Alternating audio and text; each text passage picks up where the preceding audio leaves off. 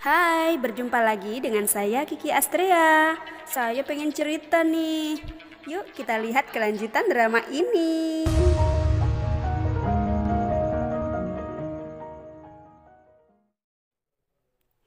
Vincenzo hadir sebagai saksi di persidangan.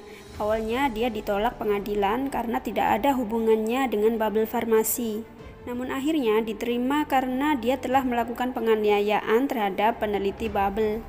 Sampai akhirnya dia mendapatkan rekaman percakapan mengenai kebusukan Babel. Lalu Vincenzo ditangkap polisi.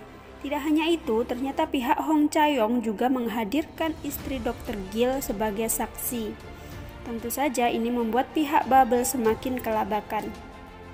Diceritakan istri Dr. Gill juga merupakan ahli penyakit kanker yang akan segera bercerai dengan suaminya. Singkat cerita, persidangan dimenangkan oleh pihak penggugat. Junwoo memerintahkan adiknya untuk melakukan press conference, meminta maaf, dan akan memberikan kompensasi kepada para korban. Junwoo marah pada pengacara yang telah menangani kasusnya dan memerintahkan untuk berpikir kreatif seperti Vincenzo. Akhirnya, pengacara Choi memerintahkan anak buahnya untuk mengobrak-abrik firma hukum Hong Chayong dan menangkap Hong Chayong. Pengacara Choi juga menemui kepala jaksa Wang Jingtae untuk menyuapnya, namun Wang Jingtae menolak.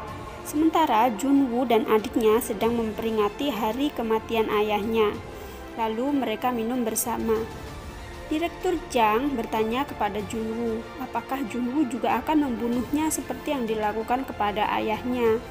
Di sini diceritakan kalau Junwoo menyuruh Dr. Gill untuk menyuntikkan racun kepada ayah Junwoo pada saat ayah Junwoo sedang sakit.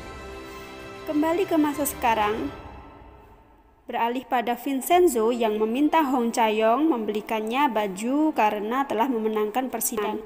Di sebuah butik, Vincenzo sedang diukur oleh penjahit pria, dan sepertinya penjahit itu menyukai Vincenzo. Vincenzo membeli beberapa setelan lalu segera meninggalkan toko itu. Hong Chayong juga membelikannya sebuah ballpoint. Mereka lalu ke rumah sakit untuk menjenguk teman biksu yang sedang sakit. Lalu Vincenzo pulang untuk bertemu dengan Na Dokjin. Na Dokjin mengatakan kalau gedung Plaza akan segera dihancurkan dalam waktu 1 minggu. Lalu Vincent menemui Pak Cho untuk mengundang profesor arsitektur dari Tokyo. Singkat cerita, profesor telah datang dan sedang melihat konstruksi bangunan Gemga. Ternyata bangunan itu sangat rapuh sehingga jika terkena guncangan sedikit saja, gedung itu akan ambruk. Scene beralih pada penghuni gedung yang sedang gelisah, lalu mereka mengingat ucapan orang gila yang makan di restoran Italia. Orang itu mengatakan kalau gedung Plaza Gemga terdapat jutaan ton emas. Dia juga menunjukkan foto emas itu. Karena itulah saat Vincenzo mengatakan kalau para penghuni sudah bisa meninggalkan gedung itu dan berpindah ke gedung yang baru, mereka menolaknya. Vincenzo dan preman Babel jadi bingung kenapa mereka berubah pikiran. Vincenzo lalu menonton TV yang isinya permintaan maaf dari Babel Farmasi. Vincenzo juga melihat berita kedatangan pelatih sepak bola Italia yang datang ke Korea. Tiba-tiba Hong Chayong ditangkap polisi dan dipenjara karena alasan yang tidak jelas. Chayong lalu meminta Vincent untuk membebaskannya. Akhirnya Vincent mengikuti pengacara Choi sampai ke kasino. Setelah itu Vincent membuat kesepakatan dengan Bu Choi agar dia membebaskan Chayong dari penjara.